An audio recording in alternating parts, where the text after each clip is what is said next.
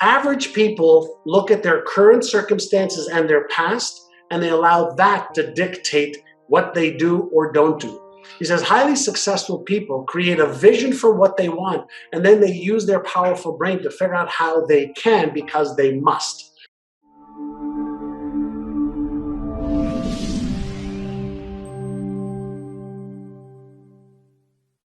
Welcome to Go All In Show here on ABC 15. My name is Stant, and today I'm super excited already and would love to welcome you with our special guest here today, John Assaraf. And John, thank you so much for being here with us. It's great to be with you, Nim.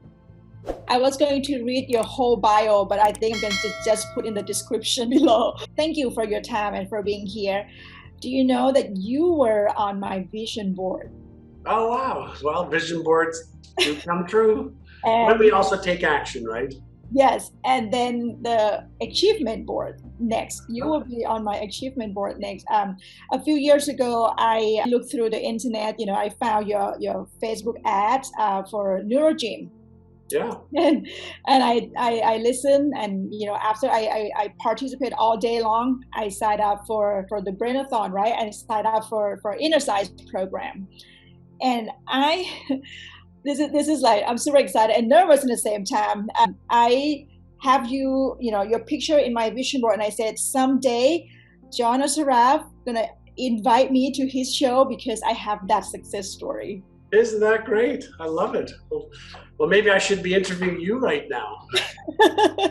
That's gonna be a dream come true also. But I'm so glad. This is like beyond the vision, beyond the dream, because sometimes you don't know what life will bring it to you. But John, thank you so much for all you do. Can you share with us your backstory? Because I know your backstory. I read, I listen to you all the time, but some of my audience might not know about it. I want to know what made you decide to commit to your goals rather than just be interested. And, Sure. So, the story goes back quite a while to my teenage years when I was getting in a lot of trouble with the law, doing illegal things, feeling like I wasn't smart enough and wasn't good enough because I didn't do well in school. And I left high school in grade 11. I failed English, I failed math. And when I was going through school, not only did my parents tell me that if I didn't go to college, it would be very hard for me to make a good living and take care of, a family one day, but that I would probably struggle and have a hard time because, being average didn't pay you average wages, it paid you below average wages because there's so many people who are average. And so I had a lot of uncertainty and fear around not being successful in my life and being able to just cover the basics, forget about like success, which a lot of people think about, but just being able to cover the basics. So when I was younger, I stole and lied and cheated and sold drugs and did breaking and entries into companies. And I was 15, 16, 17 years old, 3 years ago. And then I met this one man who was very successful and kind and philanthropic. And my brother had arranged for me to meet him for lunch. And so I took the train from Montreal, where I was living, to Toronto, and met this man for lunch. And he asked me a whole bunch of questions of why was I doing what I was doing? Why didn't I study harder in school? Why wasn't I using my brain to become more? And why was I settling for less than I'm capable of achieving? And my standard answers was, I don't know. I don't know. I don't know. It sounded like, a typical, 18-year-old that says, I don't know. And he said, listen, do you have any goals and dreams? And I said, yeah, I'd like to get a good full-time job, get out of the shipping department that I was working in. I'd like to buy a car so I don't have to take the bus everywhere or have my friends pick me up and rely on them. And I'd like to move out of my parents' house. I think, at 19 years old, I should probably be moving out and not live, under their roof. He says, that's all great, but what else would you like to achieve? And the answer was, I don't know. I had no other goals and dreams. Yeah. And so he gave me this sheet of paper, or several sheets of paper, Nim, and he said, answer these questions and maybe I can help you. So I looked at the document, and the first question was, at what age do you want to retire? Yeah. And I'm like, retire. I want a job. Forget about retirement. Second goal was, how much net worth do you want to have? I'm like, net worth? What is net worth? I asked them, what does net worth mean? What kind of lifestyle do you want to live? I didn't have a problem writing that down. I said, I want to live a first-class lifestyle. I want to travel the world. I want to live in a nice home. I want to have a nice car. I want to have Italian clothes and things like that. So I wrote down all of this stuff. And I made most of it up out of my imagination. And he read it and he said, these are some pretty good goals and a good vision for a life that you would like to have. Right. And he said, I'm going to ask you this one question that's going to determine whether you have it or not. Right. And the question was, are you interested in achieving these things, or are you committed? And I looked at him when he asked me the question. I was a little bewildered, like a puppy dog, moving its head around. I went, huh? What's the difference between interest and commitment? And he said to me, if you're interested, you'll keep doing what you're doing. He said, if you're interested, you'll allow your old stories and your old reasons and your old excuses and your old beliefs and your current habits to control your behavior and your thinking. He says, but if you're committed, you will create a new identity to match this new destiny. He said, if you're committed, you'll develop the beliefs of a person who can achieve these goals. If you're committed, you will let go of the stories, the reasons, the excuses, or the present circumstances that are keeping you stuck and holding you hostage. He said, if you're committed, you will do whatever it takes to upgrade your knowledge and your skills to match the level of success you want to achieve. And he said, before you answer, all of the how to achieve these goals, I already know. So I know it's doable. So then he leaned in again. He said, so are you interested, or are you committed? And so I was scared, Nim. I was like, oh my God, he's putting me on the spot. And I don't know why, but I blurted, very, very quickly, I'm committed. And so then he reached out his hand and he said, in that case, I will be your mentor.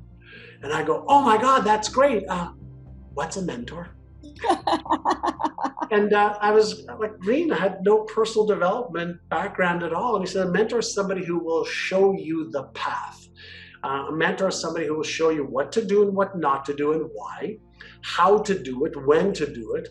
And a mentor will save you time, energy, and money to do the things that you should be doing and to stop doing the things you shouldn't be doing. And so I was like so excited. I said, oh, wow, that's great. I want a mentor. It was great because my father was a cab driver and really didn't mentor me on anything other than hard work. And this gentleman, his name was Mr. Brown, started to mentor me on being smarter and doing the right things in the right order at the right time. And that was the beginning of, my eyes being open and the veil of a low self-image and low self-esteem and fear and doubt and uncertainty and limiting beliefs galore. I had them. And he started helping me work on my inner game. And the inner game ended up changing my outer game. So that's what I've been studying for over 40 years, is the neuroscience and the neuropsychology of behavior and results, specifically excellent results. So Mr. Brown was your guru, because gu is mean darkness and ru is the remover. Yeah. And so you found your guru. How can, and I'm going to go off the script a little bit, how can we found your Mr. Brown, your version of Mr. Brown, how can we find our guru? Well, there are a variety of different ways to find ways to remove the darkness. We can read. We can go to YouTube and watch videos. We can be on social media. We can join groups. We can be part of masterminds. We can hire a coach. We can go and work for somebody, who knows how to do what you want to learn how to do. And so the first part, though, is to become resourceful in the absence of resources. So I'll give you an example. Mr. Brown says, I'll be your mentor, your guru.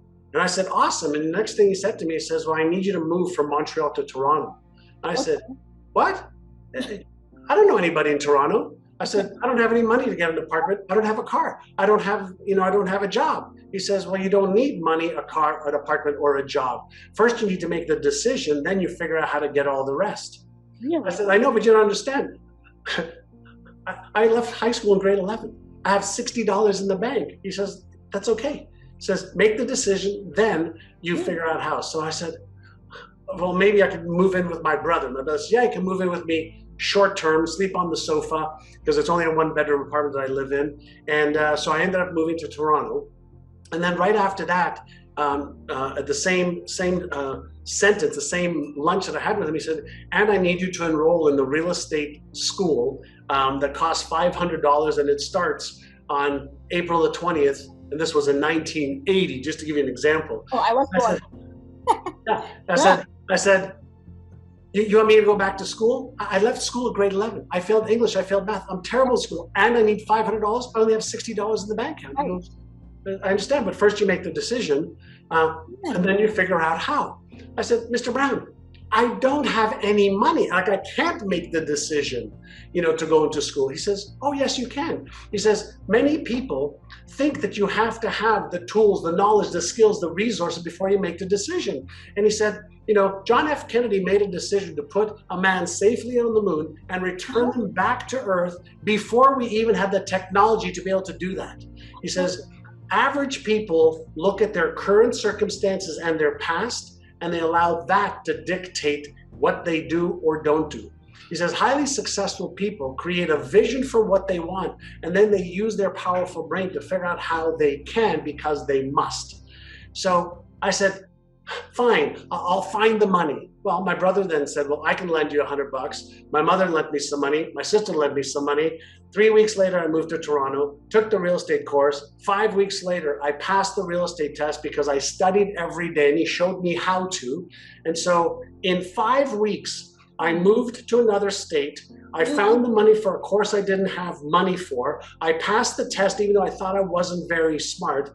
I became a licensed real estate agent, all because I made a commitment to doing it, even though I didn't know how, even though I didn't have the resources, the financial or non-financial resources.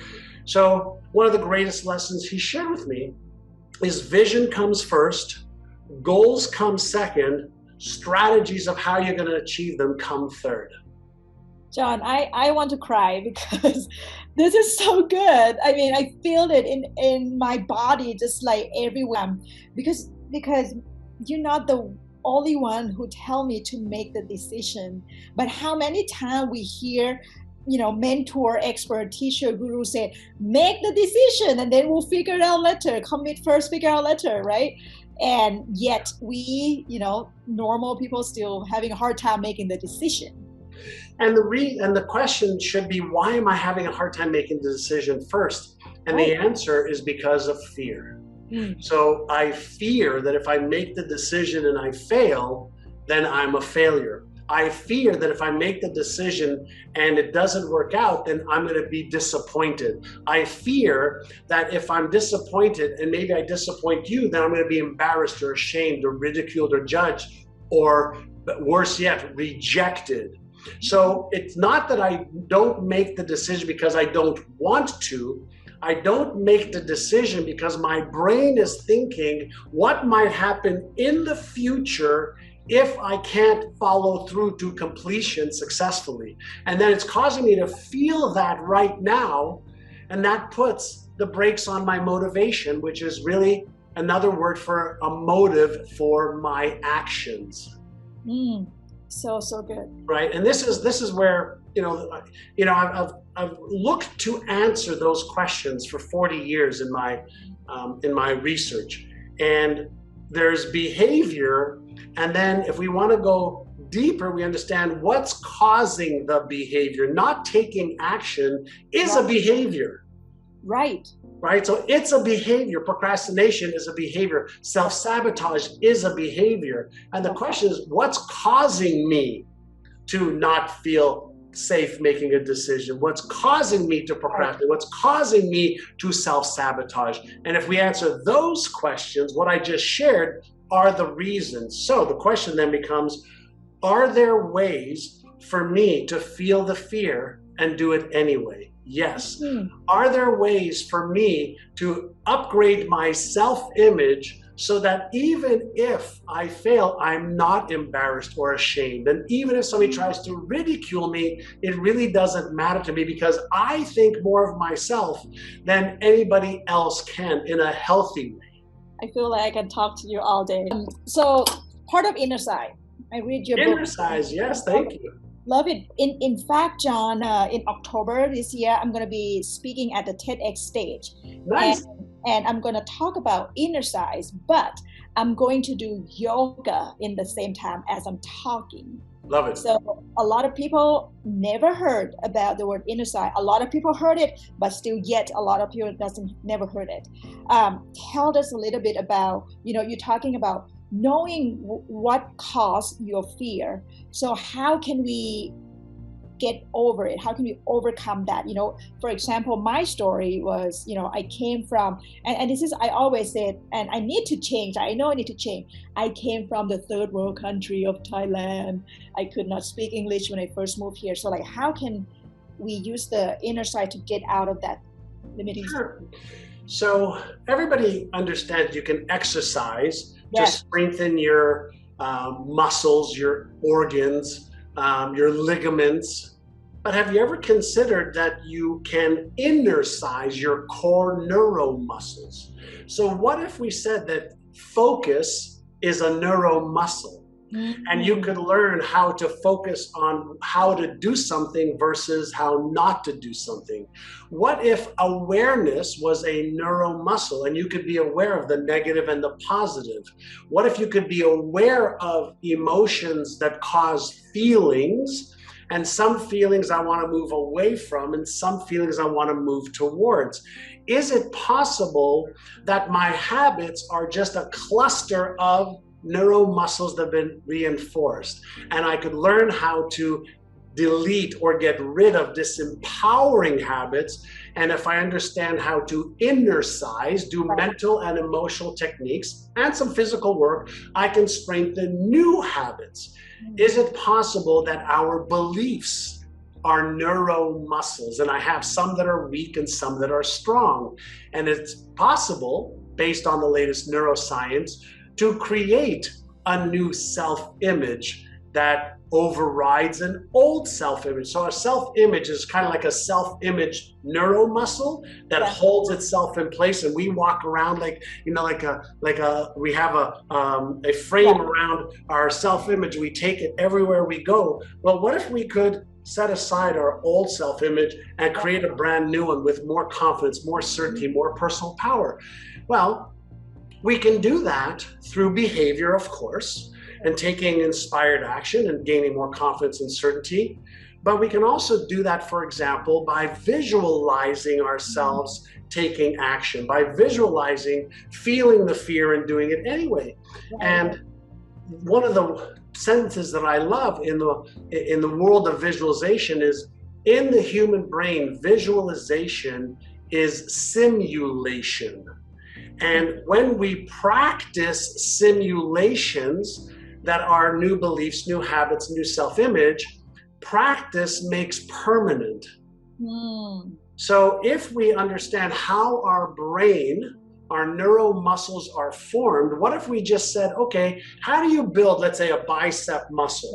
Let's say it's weak, it's very, very weak. Well, let's say you just did this every day for 10 days and you just squeezed at the top. It would get stronger, right? Well, what if I took a 1 pound weight the next week and I did this? It would get stronger, right? Right. And what if I did 3 pounds, then 5 pounds, then 10 pounds? It might take me 90 days, but if I can only do my arm right now, and 90 days worth of practicing made my biceps stronger, what if I did 90 days of practicing in here? So good. Now I can practice in here and I could do this. And all the research shows that whatever we practice, we make permanent, and whatever is permanent that we reinforce becomes fixed. So maybe we have some beliefs that are fixed that we just need to replace. Maybe we have some habits they're disempowering us. We just need to replace them. Maybe we have a self-image challenge that is just not healthy, and we just need to replace our self-image because we weren't born with any fears. We weren't born with any beliefs. We weren't born with a self-image. We weren't born with any of the things that are holding us back.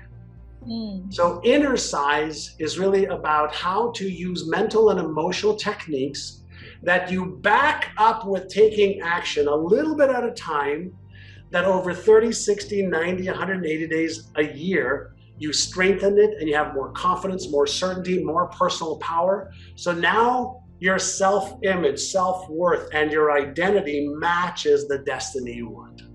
See, I also interview a lot of people about how to become a self-made millionaire, including Brian Tracy. And he said, in order to achieve something, you need to become it. And what you mentioned about Innercise is right, really becoming it. And I love your story about your vision board for your dream house. And then you open the box and with your son, right? And then like you saw that picture. Can you tell us a little bit about that? Sure. So whenever I want to create anything, whether it's my physical body, a home, a car, a trip, there's a big part of our brain called the occipital lobe, back of our brain. Even when light comes in through our eyes, right, cells in the back of our brain activate and an image pops up in our brain. And that image that pops up into our brain is connected to the motivational center and the thinking center part of our brain. So if a negative image pops up, we reduce our motivation and we don't take action. And then we reinforce that pattern. But let's say I have an image of something that I really want, something that inspires me, that as soon as I pop up that image in my brain, I actually release dopamine, the reward neurochemical in my brain that actually creates motivation, that's actually tied to what I call as the Einstein part of the brain that can actually help you figure out how to achieve that thing. And so I create images of what is it that I want to create for health, wealth, relationships, career, business, charity, fun, and experiences, so that I can activate the reward circuits in my brain, the motivational circuits in my brain, the thinking centers in my brain, to help me figure out how to achieve it. But the other purpose of a vision board is to give your brain the instruction of, this is the stuff that's important to me that I want to create, do, be, have, or give. Right. So, we all have, 50,000 thoughts a day. We all have so much with social media, whether it's Facebook or Instagram or YouTube or Clubhouse or whatever, all the different, stations and channels are, and the people that want to gather our attention. Well, why don't we become better at focusing our attention on what we want to trade our life for? Right? Because when somebody is pulling us to look at their stuff, like, we're part of their goals and dreams and their vision, versus me being focused on what is it that I want to trade my life for, and instructing my brain, help me find ways to trade my life for these things. And that's how to use your brain properly, versus your brain using you, because it may not have been conditioned properly with the right beliefs and focus and awareness and habits. The next question, John, is like, what about when someone is really having a hard life, hard time, they're in the situation that they don't want to, I don't want to practice my inner side, I don't want to visualize. What suggestion you have for them, when they have the dark night of the soul? Well, listen, if you don't feel like doing something once in a while, then you're human. Sure. But let me know if this resonates with you, and whoever's listening, let me know if it resonates with you. Do you agree with this statement? In life, you're going to either pay the price of discipline, or you're going to pay the price of regret. Discipline weighs ounces, regret weighs tons. That's Jim Rohn, by the way. And so when you're sitting there and saying, I don't feel like it, my question for you is, what do you not feel like it more? Doing this little thing or living a life of regret? Wow, that's huge. right? So let's create a juxtaposition against what I don't feel like doing, and let's use contrasting to say, are you okay with this being your character? Are you okay with this being your life forever? Are you okay with developing a lazy habit and lazy disciplines? Are you okay for the next 1 year, 3 years, 5 years, 10 years, 20 years, 30, 40 years, having that as your modus operandi and your identity? If you're okay with that, great, don't feel like it, don't do it, but then don't complain and don't want any more. But if you're not okay with the short-term and long-term consequences of that decision, then here's what I want you to say. I know I don't feel like it, but I will do just a little bit. Love it. Now, why just a little bit? Listen, I know the power of the mind when we don't feel like it, but I also know the power of our brain when we say, I know I don't feel like it, but I will just do 1 minute. What does that do?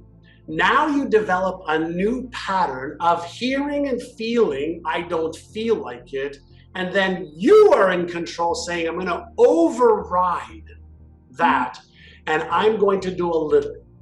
And so let me ask you a question just to put this into perspective. Can you jog a marathon right now? This is a question for everybody who's listening. Can you jog slowly a marathon right now, nonstop, 26.2 miles? Most people say, no, I can't jog 26.2 miles. But let me just prove something to you. Let's say we made, I'm gonna continue where we started. Let's say we made a commitment today. You're out of shape, you're lazy, you don't feel like it, you can't run a marathon, you don't know what to do, you don't know how to train, you don't know what to eat, you don't know how much to rest, you don't know what help you need. But let's say we committed that 1 year from now, we're gonna jog a marathon together, slowly and safely. If today you made that commitment and all you did was get up, put on your running shoes, and moved in your living room for 1 minute. And tomorrow you move for 1 minute, and the next day for 1 minute, the other day for 1 minute.